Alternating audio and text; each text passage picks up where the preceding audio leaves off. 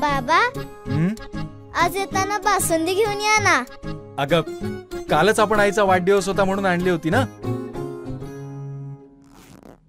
ऐकलं, गोकुळची बासुंदी पुन्हा खावीशी वाटतेय. खरं सांगू, मलाही खावीशी वाटतेय. पुन्हा पुन्हा खावीशी वाटणारी गोकुळ बासुंदी. प्रकाश आंबेडकर साहेब यांनी या ठिकाणी मंत्रिमंडळात कॅबिनेट मंत्रिपदाची शपथ घेऊन पहिल्यांदा